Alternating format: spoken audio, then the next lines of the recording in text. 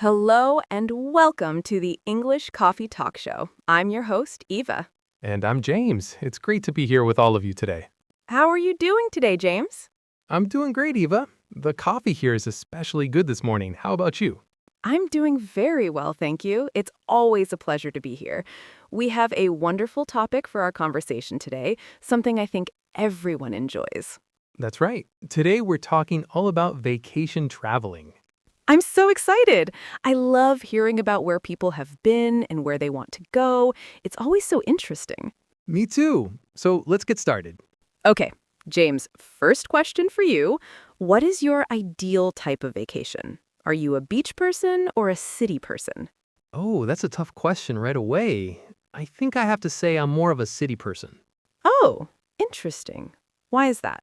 I just love exploring new cities. There's so much to do. You can visit museums, try different kinds of food, see historical buildings. There's always something new around the corner.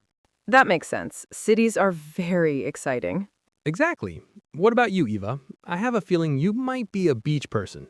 You guessed it. I absolutely love the beach.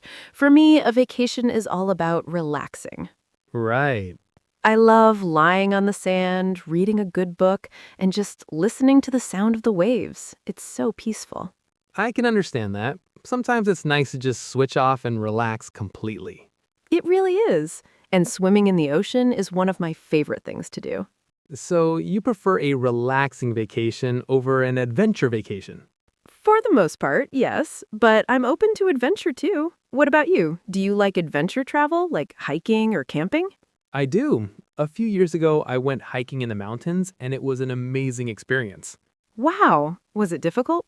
A little bit, yes, but the views from the top were incredible. It was totally worth it. It felt great to challenge myself. That sounds amazing.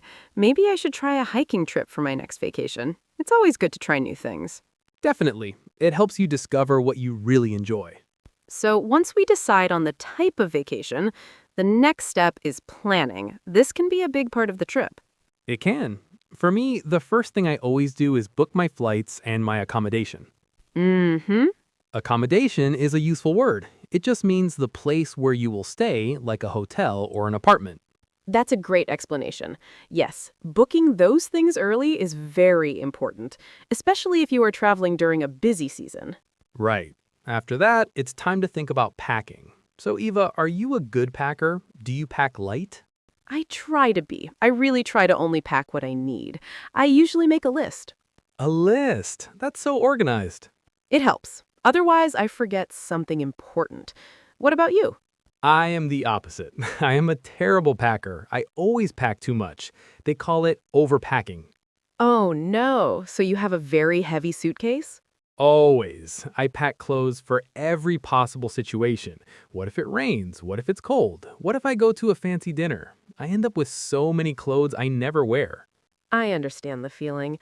A good tip is to pack clothes that you can mix and match. That means you can create many different outfits with just a few items of clothing.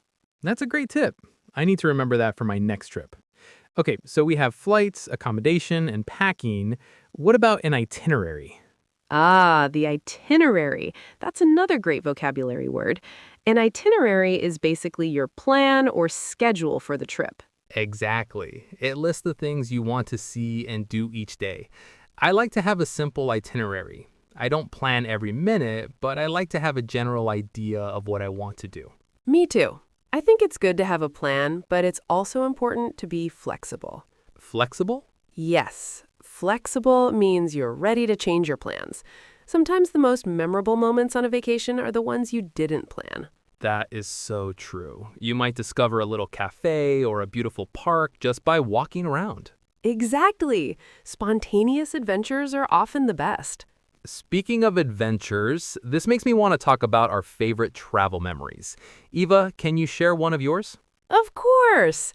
I think one of my favorite trips was to Italy a few years ago. Oh, Italy. I've always wanted to go. It was incredible. The main reason I loved it was the food. The pasta, the pizza, the gelato. Everything was delicious. You're making me hungry. And the people were so warm and friendly.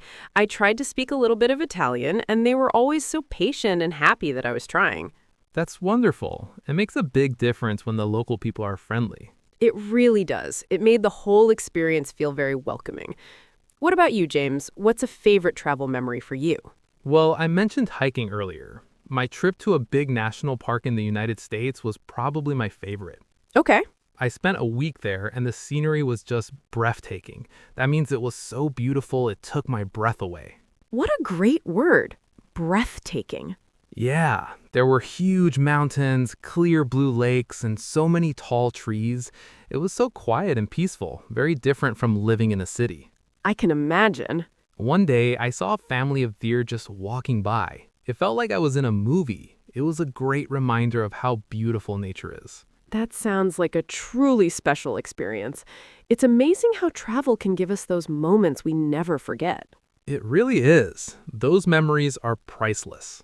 Speaking of priceless memories, it makes me dream about all the places I still want to see. Do you have a dream destination, James? A place you've always wanted to visit? Oh, absolutely. Topping my list is Japan. I've been fascinated by its culture for years. The blend of ancient traditions and futuristic technology is just incredible to me. Japan is a fantastic choice. What would you want to do there? This is all great, and I think we can share some useful tips for our listeners, especially for English learners who might be planning to travel to an English-speaking country. That's a fantastic idea. Let's do it. What's your first tip? My first tip is to not be afraid to speak. Your English doesn't have to be perfect, just try. Yes, absolutely. Most people will appreciate that you are making an effort to communicate in their language. Exactly. And a simple hello and a smile can go a long way. That's a great point. My tip would be to learn a few key phrases before you go. Like what? Simple things like hello, thank you, excuse me, and the most important one is where is the bathroom? Yes, that is a very important one to know. It really is. Knowing just a few phrases can make you feel much more confident. I agree. Another tip I have is to use technology to help you. There are so many great translation apps for your phone now.